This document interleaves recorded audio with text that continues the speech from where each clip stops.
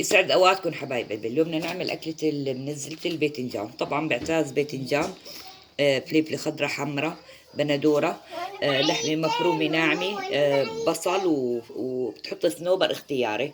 هذا شيء اختياري. طبعا مثل ما شايفين بارشة البندورة، رب البندورة، فلفل، ملح.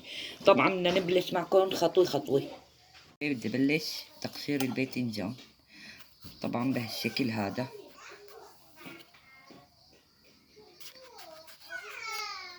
هيك بدي اقشرها بهالشكل هاد. طبعا بدي افتحها هيك مشان حشي اللحمة بهالشكل هاد. انا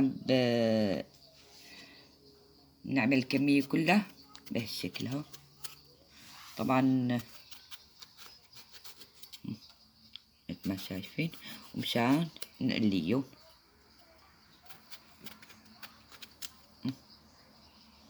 مثل ما شايفين بهالشكل. هلا مثل ما شايفين حبايب قلبي، هلا قشرناهم. هلا بدنا نبلش نقليه. وهلا مثل ما شايفين حبايب قلبي حطينا الزيت على النار. طبعا بدنا نقليه.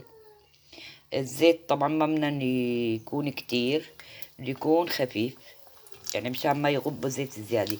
بدنا نعطيه لون هيك الزهر الفاتح بهالشكل. انا بدي كان باذنجان من الشكل بس ما لقيت. طبعا هذا اللي لقيته وجبته اليوم. طبعا هلا بدنا نقليهم ومنشوف لونهم كيف بدنا نعملهم لون الزهر الفاتح مثل ما قلنا.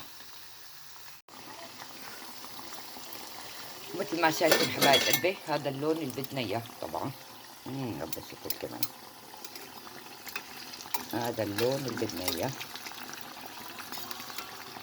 بشكل طبعا بنشيلهم بالزيت عشان نبلش بالحشي. وهلا حبايب قلبي مثل ما شايفين عقدت شوي برش البندوره. بدي احط له معلقه دبس او معلقتين دبس بندوره. طبعا بدي احركهم وبدي صبه بالصينيه مشان نبلش الحشي. خلص ملح طبعا، وبدي احط بهار اسود بهالشكل. طبعا وهلا بدي افرجيكم طريقة الحشي. وانا قليت حبات البندور كمان بدي احشيها. ورجيكم طريقة الحشي تبعيت الباذنجان. طبعا بهالشكل بدنا نفتحها هيك بهالشكل هذا. وبدنا نحط، انا حاطة لحمة وبصل.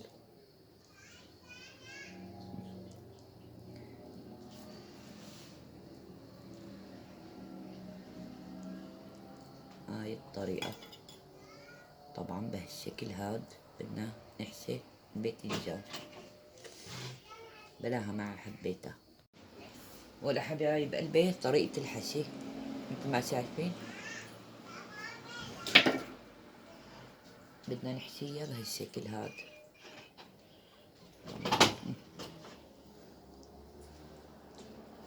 بهالشكل هاد. بدي اسطرهم هيك بهالشكل.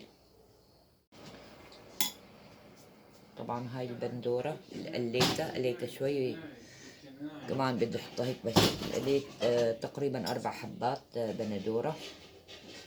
ما رح هاي.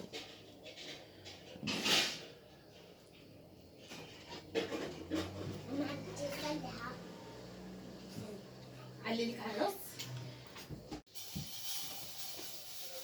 طبعا هلا بعمل الكمية كلها وبنرجع لكم. مثل ما شايفين حبايب قلبي حشينا البندورة وحشيت فليفلي والباذنجان. هلا طبعا مثل ما قلنا على الفرن وبنطبخ جنبها رز.